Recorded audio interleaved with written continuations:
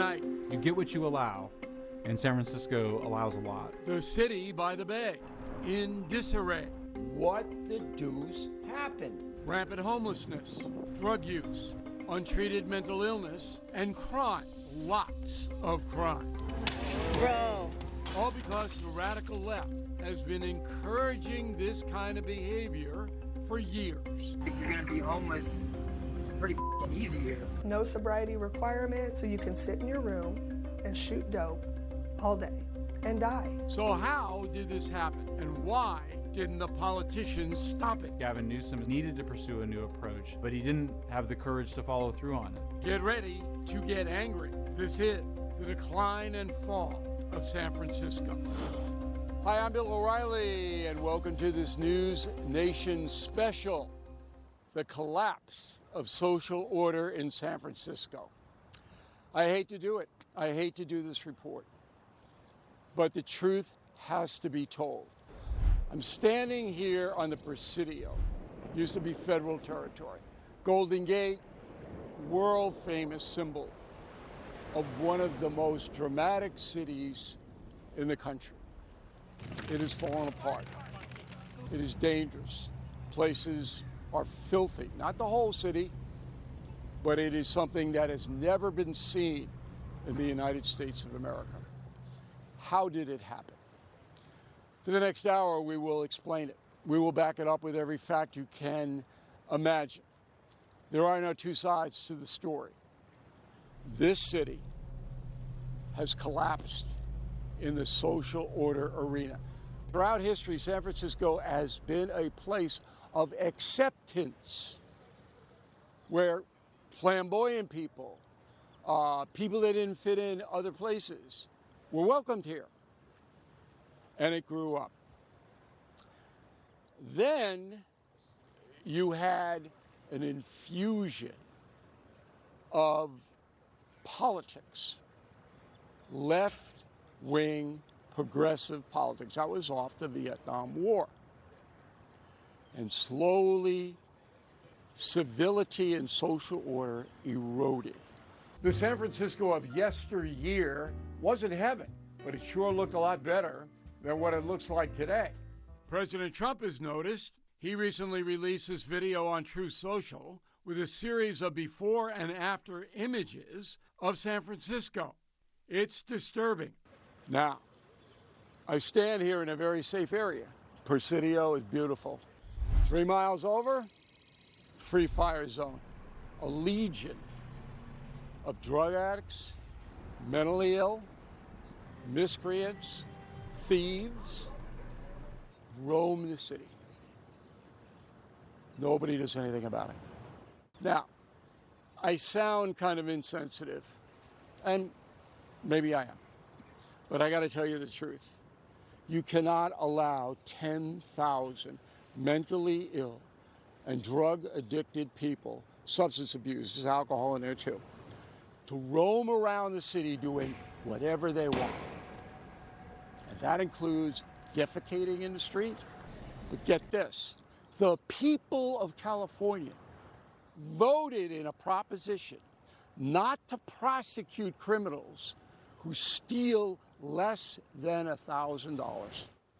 Hello? So you walk into a store, you take whatever you want, and you walk out of the store without paying. This is anarchy. This is San Francisco, 2026. So, as I said, for the next hour or so, we're going to back up everything we say. How did it happen? Who are the villains? Are there any heroes? Let's go. Before you say, hey, every city's got homelessness and crime, let me stop you. I don't want to hear it. The numbers don't lie, and the story they tell is absolutely awful. As of 2024, San Francisco has a homeless rate of 101 per 10,000 people. Compare that to other big cities like Houston or Miami. It has a population of approximately 37,000 drug addicts at risk of overdose every day. Nearly as many people as there are kids enrolled in San Francisco's public schools. And last year, the city spent $106,000 per homeless person. Again, look at how that stacks up against other major cities. Of course, you can find similar examples of municipal lunacy in other progressive strongholds like Portland, Oregon, Seattle, and LA. But bottom line, San Francisco's homeless problem is as distinctive to this town as its cable cars and sourdough bread. The question is, why? I think the city is in steep decline. And when I used to come here, it was clean. Now it's kind of dingy. And there are people here who are causing an enormous amount of pain to other people. And it doesn't seem like the city fathers of the state of California have any solutions to it at all. Well, you got to know that over the years, almost every location in America goes through some revolutionary process. And the newcomers sometimes bring their existing conduct and culture with them. Willie Brown is a legendary political figure in California. He served as mayor of San Francisco from 1996 to 2004. When Willie Brown was mayor around the turn of the 21st century, you wouldn't have allowed what is happening today, okay? Once you left office, the city spiraled down into anarchy because laws of public safety were not enforced, okay? Open use of narcotics, open sale of fentanyl, which would kill you, all right? Defecating in the street, all of that not enforced. Who is at fault for that libertine philosophy? Who did it? It wasn't anybody's fault as such that you could point to. Progressive left leadership. Look, it's not worth wasting time discussing whose fault it is. I want to continue, as I'm currently doing, participating in altering the process. Brown doesn't want to name names, but we will. The people responsible for this catastrophe are former Mayor London Breed, Governor Gavin Newsom, Nancy Pelosi, and Brown's ex-girlfriend, Kamala Harris.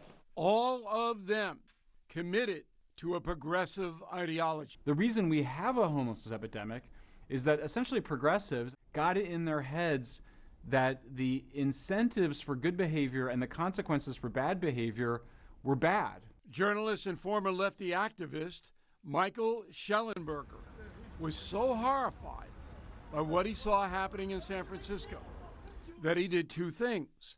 First, he stopped being a lefty. Second, he wrote a book about what was happening and gave it this title, San Francisco. Somehow it was immoral to require mentally ill people, drug addicts, poor people, people with problems to change their behavior. The idea was that it's not empathetic for people to demand that people change their behavior. Instead, you get policies like San Francisco's General Assistance Program. It gives every qualifying homeless person hundreds of dollars a month on a debit card.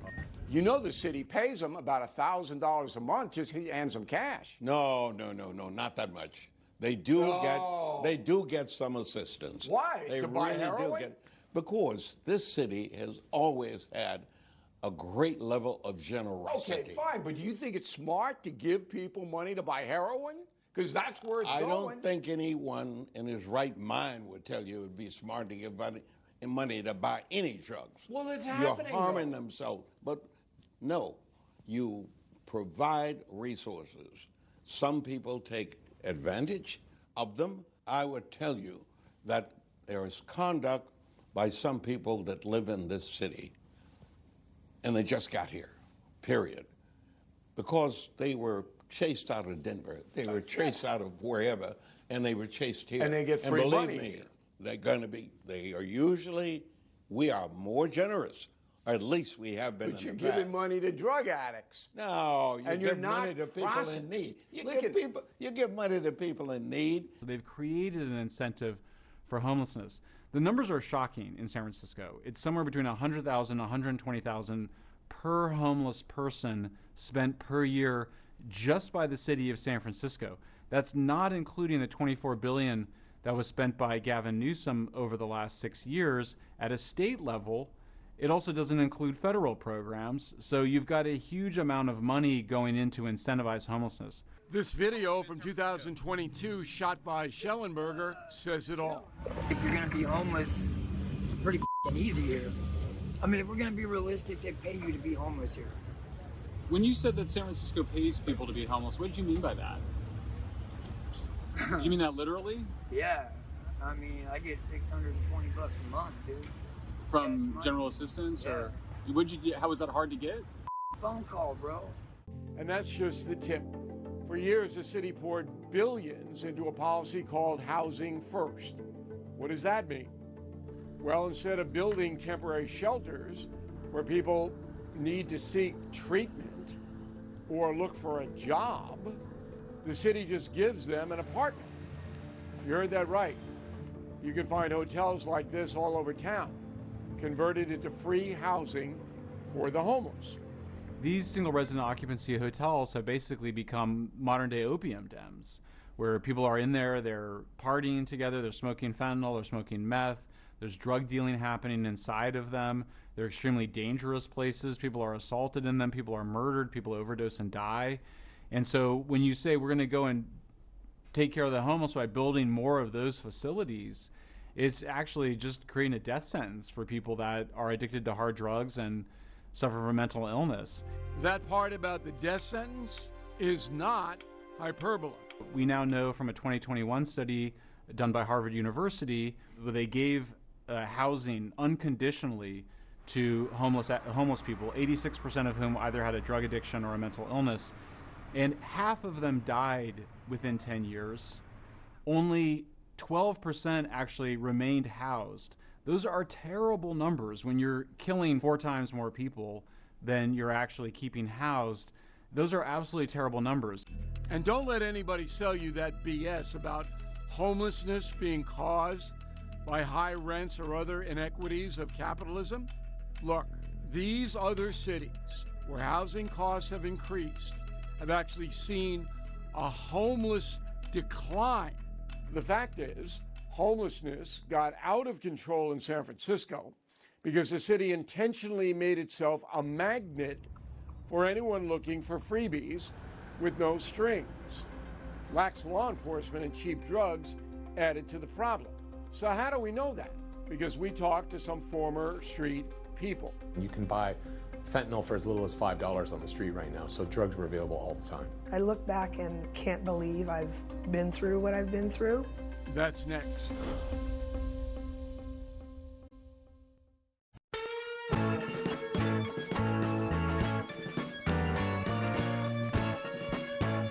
you like getting drunk, high, stoned, lighting it up like the 4th of July? Well, then San Francisco is your kind of town. There's about 37,000 hardcore drug users in San Francisco. Tom Wolfe knows what he's talking about because he was a drug addict himself. How long were you a hardcore drug addict?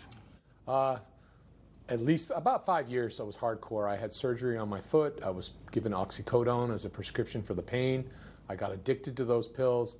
That spiraled into heroin and eventually fentanyl, which led me to the streets. Okay. Yeah. Living in a tent, is that where you were? Actually, I was just sleeping in a doorway, not even a tent. So you're sleeping in a doorway. You buy drugs easy? It was easy to get them, right? Oh, yeah. We have an organized drug dealing network in San Francisco that work in shifts like a union job 24/7. That's the culture that you have in this city. But it is not as dominant as you make it. This city is as interesting and as in transition as most cities in America. But you don't and have believe me, they are all. Okay. But there's no strategy here. I don't see one. There's no strategy to solve this problem. It's been going on now for almost a decade. Come on, there's nobody knows San Francisco better than you. I know you're trying to put a good face on it, and sure, city, I understand. But you know the social problem. you know that there doesn't seem to be a solution to it. Well, you cannot take away somebody's right to stand on the corner. But hang on, it's not just a matter of live and let live. For years, San Francisco has encouraged intravenous drug use. That's right, it's all because of a policy called harm reduction. Harm reduction is just a model for maintaining addiction and trying to reduce the harms of addiction. It's a case of where that logic was taken to such extremes that now harm reduction advocates give away crack pipes, meth pipes, not at all clear what harm that's being reduced. It got so crazy that at one point, the city was actually paying for billboards with taxpayer money that encouraged people to actually use hard narcotics safely. They showed people at a party, they showed a homeless guy, they communicated the message that there was a safe way to use really hard drugs like fentanyl and meth. The irony, says Schellenberger, is that San Francisco, like most of California, is no libertarian free-for-all, at least not for the rest of us. It's the ultimate nanny state when it comes to legal but unhealthy substances like food chemicals and especially tobacco. San Francisco has cracked down severely on secondhand smoke, so you would think, okay, then they're going to be against the secondhand smoke from smoking fentanyl and meth, but on the contrary, within the progressive mind, by definition, if you're homeless, if you're a street addict, you are a victim, and everything to you should be given and nothing required.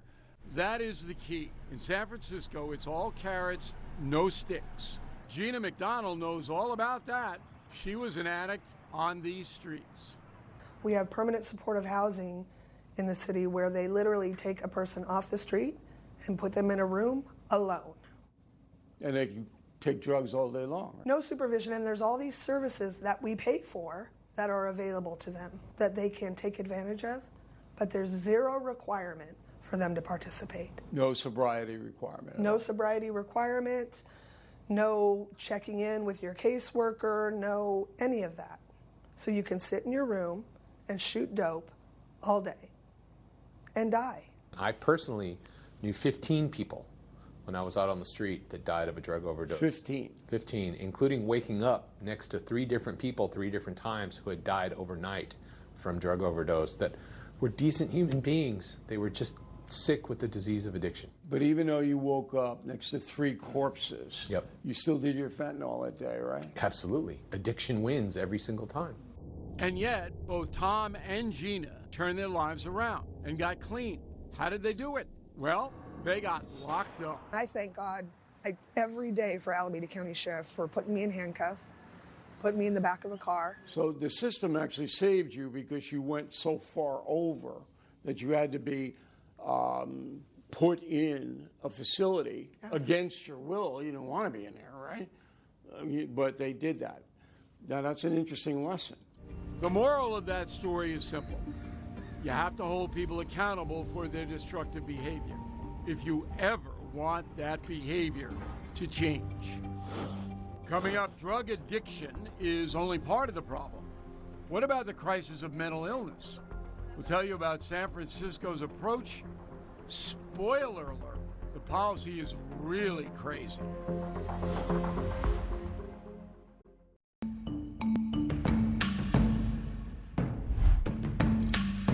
You are looking at security footage of a San Francisco woman being randomly attacked by a mentally ill homeless man outside her condo building in the South Beach neighborhood.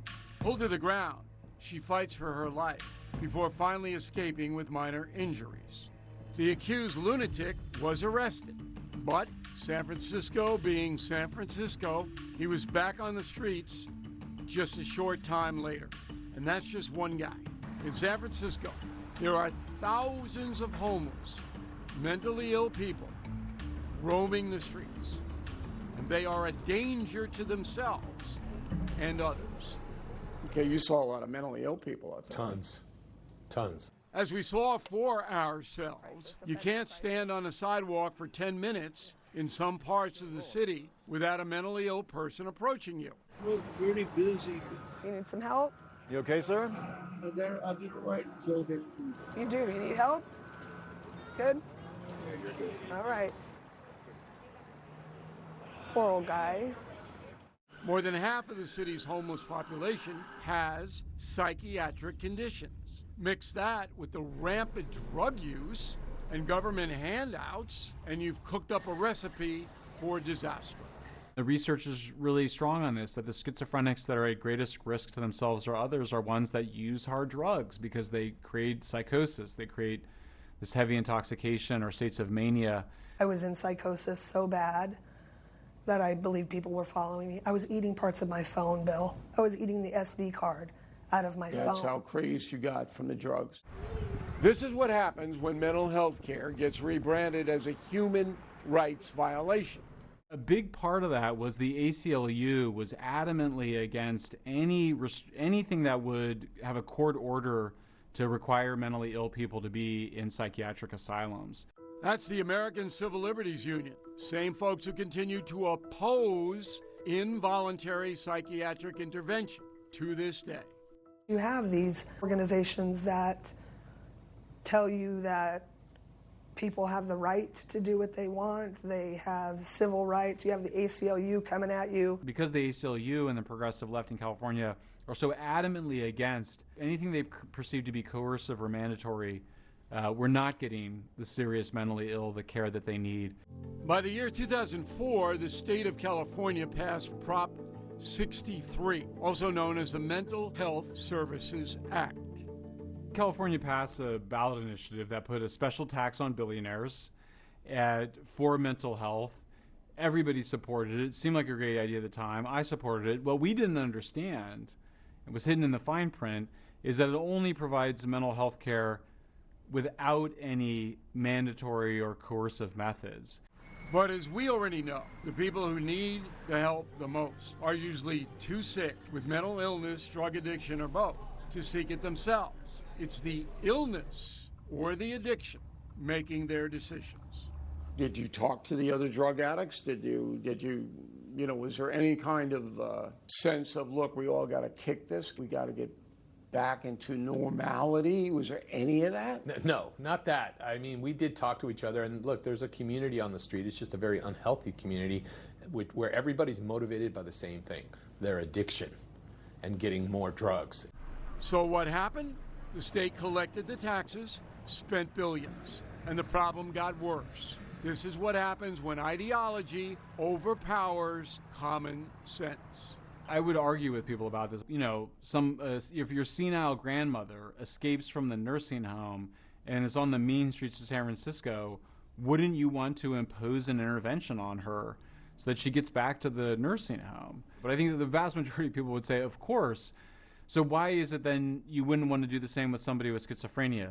When you were mayor, that's what I'm trying to get at. You were able in 8 years to kind of control the craziness. What the deuce happened? I can tell you that I think people in almost every city in America have altered their own social conduct. And in many places more than in some other places. These drug addicts and these mentally ill people are wandering around, and they have been wandering around for a long time. But there's a considerable amount of attention that's being given to everybody in need in this city. Attention? I'd call it enabling. And if you think it's limited to self-destructive behaviors, think again. Because you are about to see what San Francisco's radical left did to the criminal justice system. The police didn't even bother arresting people anymore for a huge number of crimes, and so it just became a free-for-all on the streets of San Francisco. How law and order became absolute anarchy. Next.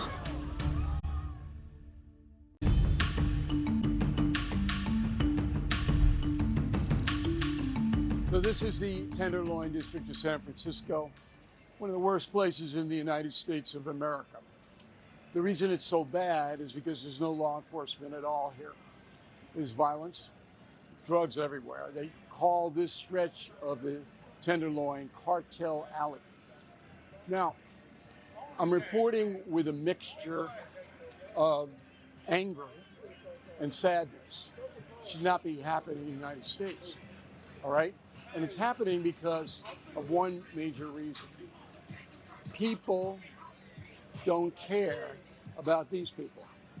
They don't care, all right? So every indignation you could possibly imagine happens right out here in full view. So we're going to stop for a moment. So this is a hotel right here up there. You can't stay in that hotel because you will be beaten to a pulp, all right? What the currency here is heroin, cocaine, methamphetamine, all of it tinged now with fentanyl, which will kill you like that. Now, these addicted people, these street people, they don't care whether they live or die, most of them, okay? Their whole lives center around intoxication. That's it. At the same time, the city gives them needles, crack pipes. It's just insane. So the problem never gets solved. It's circular. Now, why do they come here? Why not go to Des Moines or someplace like that? Because the city of San Francisco and the state of California gives them money, as we discussed earlier. Cash, okay? For nothing.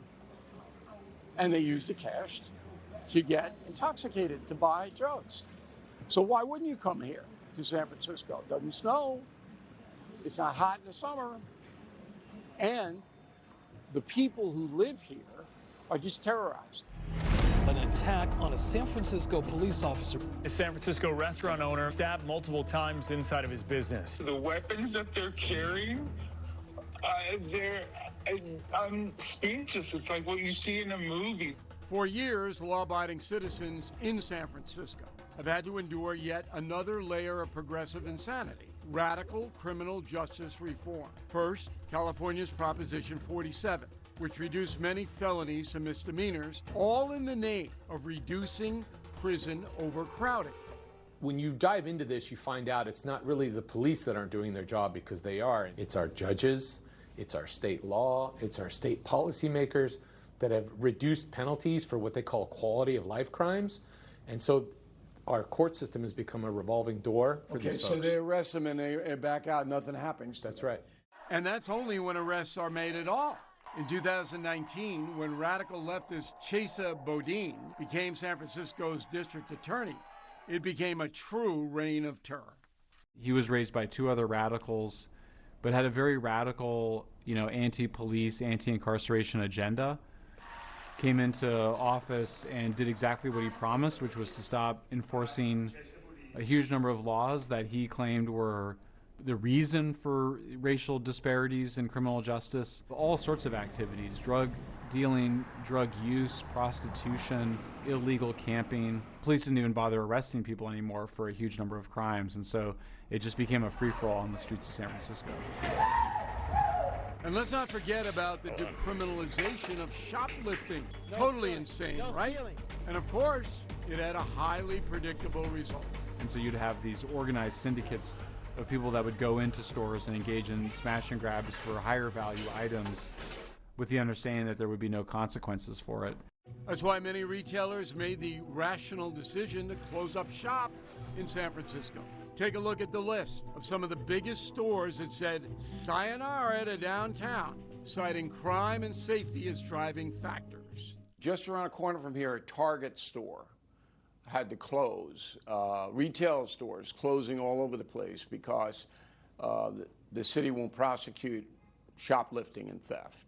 When you were mayor, and I remember that, you were fairly tough on crime, correct? I was literally mindful of conduct for people, as I currently am, but without the authority that I had when I served as mayor. And I am really focused on having all of us obey and mutually respect each other and obey the law and obey all the rules. Not happening. And it goes without saying, but we're going to say it anyway. that San Francisco was one of the first and remains one of the most ardent sanctuary cities in the country. So how's that working out?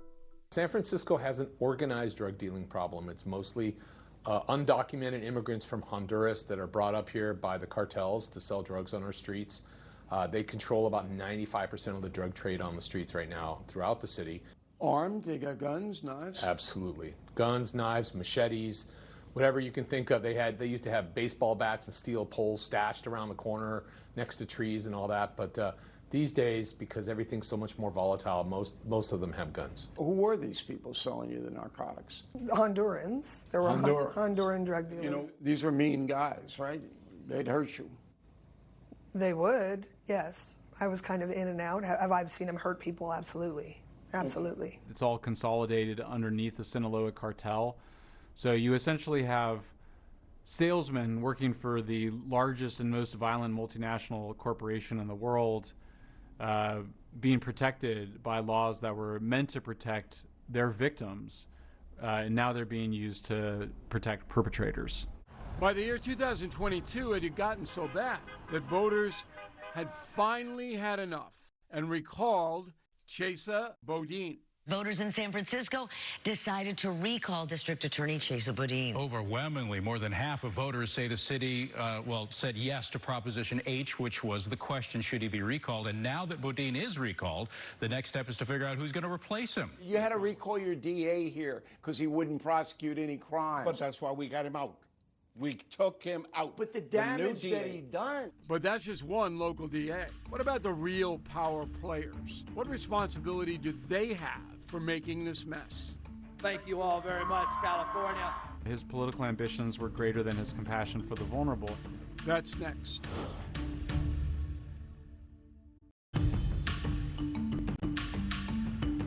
So I'm here in the Pacific Heights neighborhood of San Francisco.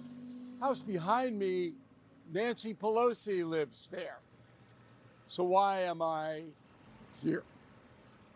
Because Mrs. Pelosi, as Speaker of the House, was the most powerful politician outside of the president and maybe the Senate Majority Leader in the country for a good number of years.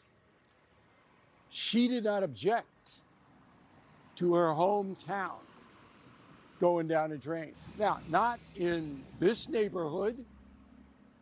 Nancy bought her house for $2.3 million. It's worth about $8 million now.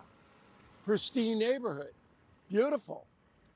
You had a major amount of very, very powerful people attached to San Francisco. Gavin Newsom, now governor of the state. Kamala Harris and Nancy Pelosi. None of them intervened or even objected to the rapid downfall of social order in the city. Despite living in one of the most affluent neighborhoods in San Francisco, not even the Pelosi's are immune to the consequences of progressive policy. Drop the hammer. On October 28, 2022, a hammer-wielding intruder broke into the home and attacked Paul Pelosi, fracturing his skull. The assailant, Canadian citizen David Wayne DuPape, who was in the country illegally and, according to friends, had a history of mental illness and drug abuse. The progressive movement, and we mentioned it before, voters okayed a law that says, hey, you could steal $1,000, but nothing will happen to you. So it's not just the politicians, okay? That is where San Francisco politics lives, in the progressive zone. One more story. When I come to San Francisco and I rent a car, the agent says, do not leave anything on the car seat when you park. Why? Because the drug addicts will break the window and steal whatever is in the car, will not be prosecuted. It's insane. But this is the reality of present-day San Francisco. I'm pretty good. How are you, Mr. President? Now, Willie Brown is a lifelong Democrat. But when he was mayor and tried to maintain some order, he was vilified. You got attacked by the progressive left. Is that correct? I, full time, and I still am, without the power and the authority. When we say attacked, we mean both figuratively and literally. This is his honor, catching cherry, pumpkin, and tofu pies in the face, hurled by activists who opposed his housing policy. And believe me, the collection of people from the social workers world mean well, but don't understand the mentality of some individuals. But I was surprised because what you were promoting when you were in power was fairly common sense. You got a big city here, and everybody has to be respected, and you can't have a huge group intruding on other people and causing trouble. And you were attacked by progressives as being a mean guy. You were a mean guy. Did that take you by surprise? Yes. There were people who really, I think, meant well, but they did not understand. No.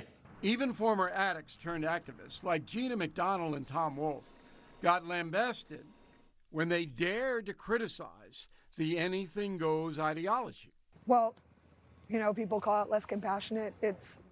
I say it's not compassionate to let someone lay on the sidewalk and die. I think it's not compassionate to walk past somebody who's laying in their own urine and feces and think that they are going to make the decision to miraculously get better. And what about Governor Gavin Newsom, who may run for president? What's he done to clean up the disaster zone? The crucial moment for Gavin Newsom is in January 2020 when he gives a spectacular, for me, almost perfect speech, everything you would want in his State of the State address, outline what he was going to do on mental illness, addiction, and homelessness. It's time to stop pointing fingers and join hands in a transformational solution. And he really laid out a whole program. And the governor essentially didn't do any of it. All he did was the additional spending. So it was supposed to be some sort of a compromise between some more spending on addiction and mental illness, along with requirements for sobriety and some sort of conditions on receiving housing. And he abandoned that. And so what we see in Gavin Newsom is somebody who needed to pursue a new approach, but he didn't have the courage to follow through on it. Okay, but wait. There's a new mayor in town. And guess what? He's not completely nuts. Is there a new day dawning on the city by the bay? That's next.